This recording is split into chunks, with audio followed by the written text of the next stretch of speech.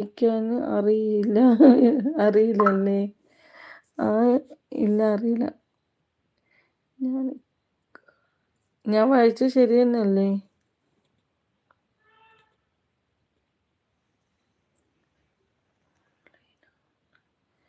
ഓൺലൈനാണ് ഇപ്പോഴും എന്ന്.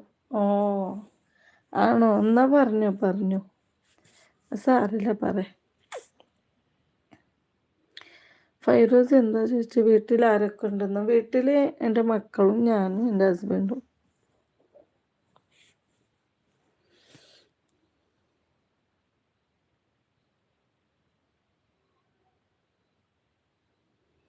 നിങ്ങളുടെ കല്യാണം കഴിഞ്ഞ്